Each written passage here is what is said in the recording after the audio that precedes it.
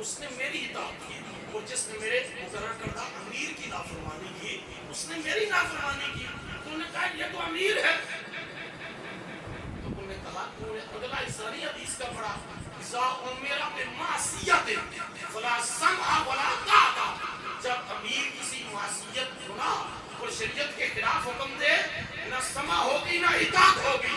یزید دنیا کا سب سے بڑا دہشتگرد تھا اور حسین دنیا کا سب سے بڑا امن کا نمبردار۔ یزید بھتیجی اور بھانجی سے نکاح کو جائز نہیں، اس دین کے اندر محرمات سے نکاح حرام ہے، وہ مسئلہ محرمات سے نکاح حرام ہے۔ 20 حوالے موجود ہیں۔ یشرب الخمر، وہ خبیث شراب پیتا تھا، وَيَدَعُ الصَّلَاةَ، نماز چھوڑ دیتا تھا، تارک تھا نماز کا، اور محرمات سے نکاح کو جائز سمجھا۔ یہ جنگ کوئی پانی کی جنگ تو نہیں تھی، یہ جنگ کوئی اقتدار کی جنگ تو نہیں تھی، یہ جنگ کوئی دنیاوی مفادات کسی منسٹری عہدے کی جنگ تو نہیں تھی، جنگ تھی حق اور باطل کی۔ یزید نے دین کا حلیہ بگاڑ دیا تھا۔ حسین نے کہا میں جان دے دوں گا اپنے نانے کے دین پر حرف نہیں۔ جب مدینہ شریف سے چلے نا تو صحابہ کرام نے عرض کی، ابھی یہ کوئی ساتھی پڑھ رہے تھے کہ ان کی زیارت کرتے، اور یہ حقیقت تھی، اس پر جب یہ پڑھ رہے تھے نا تو مجھے حدیث پاک یاد آ رہی تھی، حضرت علی فرماتے ہیں الحسن اشبہ برسول اللہ صلی اللہ علیہ وسلم ما بین الصدر الی الراس، والحسین اشبہ برسول اللہ صلی اللہ علیہ وسلم ما کان النفل من ذالک، حسن جو ہے سر سے لے کر سینے تک اور حسین سینے سے لے کر قدمین مبارک تک تصویر مصطفیٰ تھی۔ ایک شہزادہ آتا تو آدھی تصویر نظر آتی، دونوں شہزادے آتے تو تصویر مصطفیٰ مکمل نظر آتا۔ اعلیٰ حضرت نے اس کا ترجمہ یوں کیا کہ معدوم نہ تھا سایہ شاہ صدرین، معدوم کہتے ہیں موجود نہ ہونا، معدوم نہ تھا سایہ شاہ صدرین، اس نور کی جلوہ گاہ تھی ذات حسنین، تمثیل نے اس نور کے دو حصے کیے، آدھے سے حسن بنے آدھے سے حسین۔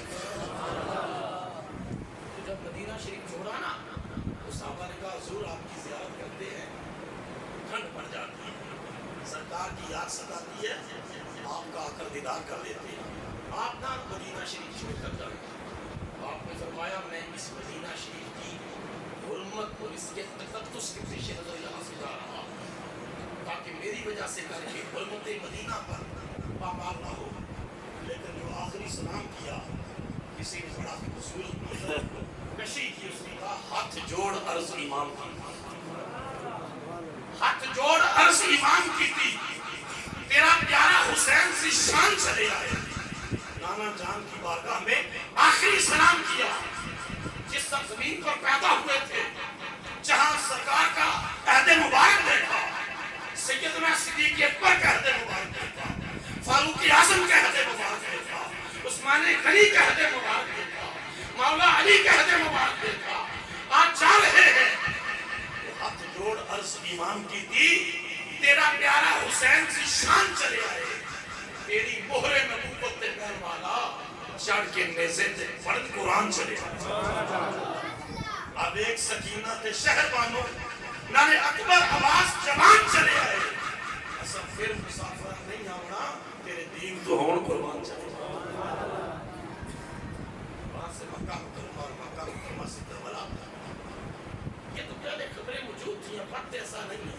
حضور نے فرما دیا تو ابو الفضل کو، اپنی چچی کو، فرمایا آتانی جبرائیل فاخبرنی ان امتی ستقتل ابنی ھذا، جبرائیل نے مجھے خبر دے دی تھی، آنکھوں نے آنسو دیکھے تو کہا کیوں رو رہے ہیں؟ ارشاد فرمایا کہ جبرائیل نے مجھے خبر دی کہ جس شہزادے کو آپ چوم رہے ہیں، پیار کر رہے ہیں، سینے سے لگا رہے ہیں، کچھ وقت میرے شہزادے کو شہید کر دیں۔ خبریں تو تھیں، لیکن کیا دعا مانگی اللہ اس امتحان کو ٹال دے؟ نہیں، جب بھی دعا مانگی تو کہا اللہ میرے حسین کو صبر بھی عطا کریو، اجر بھی عطا فرما۔ کربلا کی زمین کی ایک بات عرض کر کے اس سجدہ حسینی کی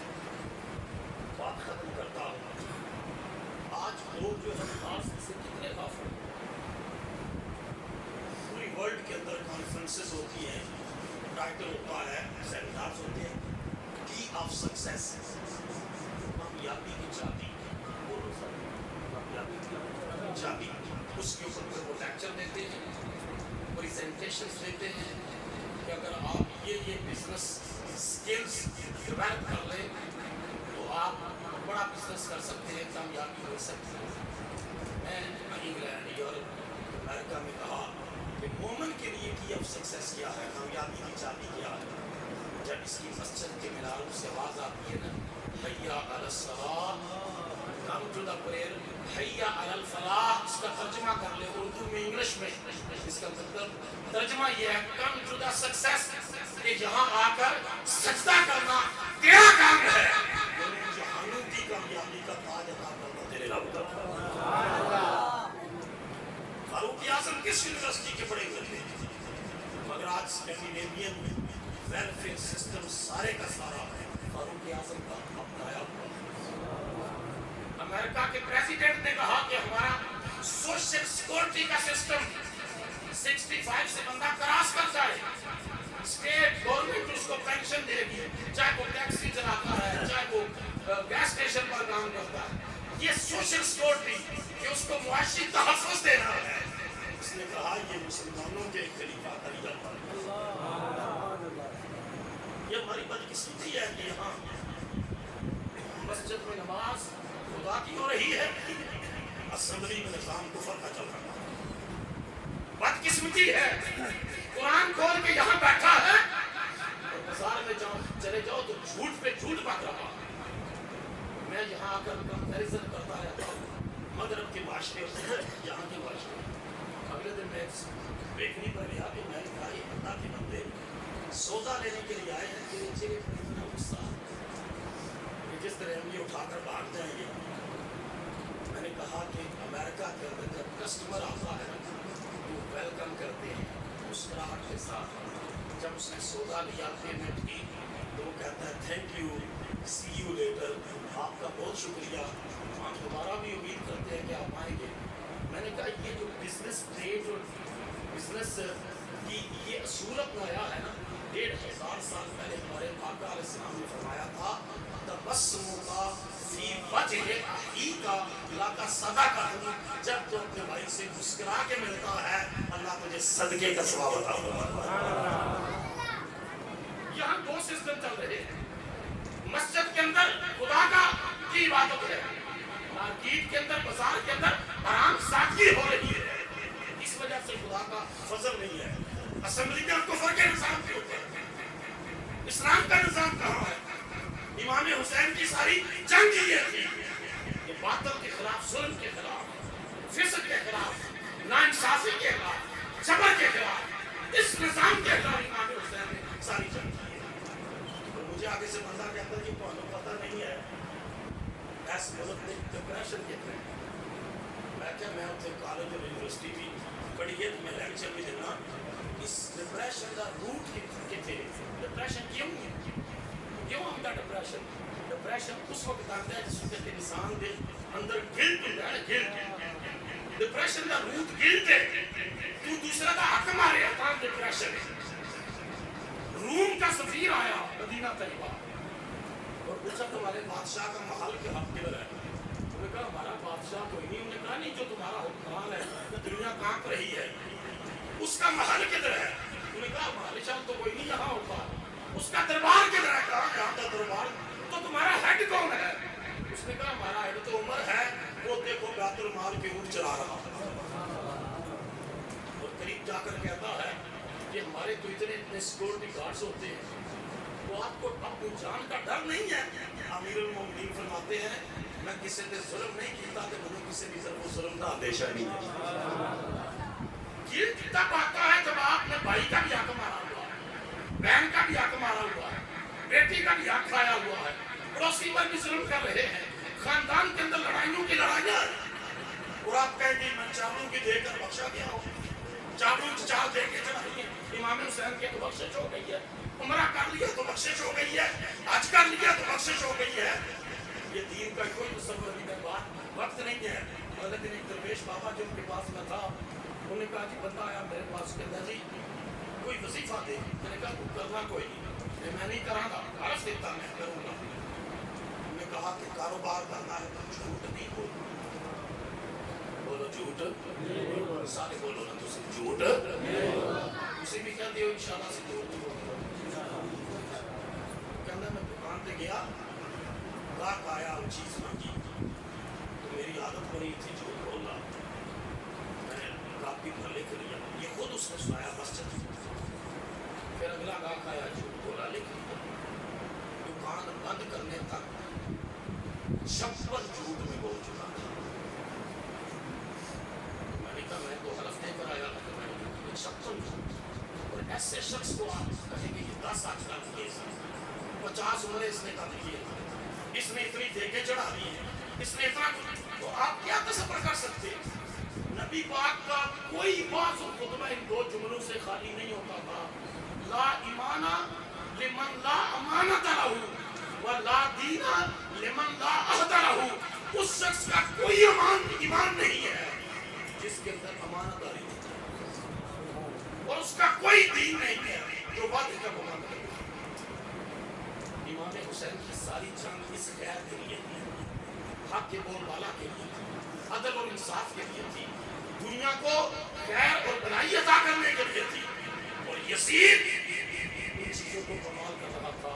اگر آج ہم اس محفل میں یہ وعدہ کر کے جائیں کہ ہم امام حسین کا صرف ذکر ہی نہیں کریں گے، ان کا کردار بھی اپنائیں گے۔ سارے آپ ایک کو یہ بھی پروگرام کوئی ساری اچھا انشاءاللہ نماز بھی پڑھیں گے، ہم سچ بولیں گے، ہم عدل اور انصاف کریں گے، ہم دین کے مطابق اپنی گھریلو اور کاروباری زندگی گزارنے کی کوشش کریں گے، تو پھر ہم میں سے ہر شخص حسینی، ہر شخص حسینی۔ اور اگر یہ نہیں ہے تو ایک جلسہ نہیں بخشوائے گا، کچھ فہمیت نہ رکھو، اور ایک جلسہ اور ایک رات نہیں بخشوائے گی جب تک ہم حسینی کردار نہیں اپنائیں گے۔ اگر اپنا لیں تو یقیناً، اور میں امید رکھتا ہوں مسجد میں کیا وہ وعدہ اللہ مجھے بھی اور آپ سب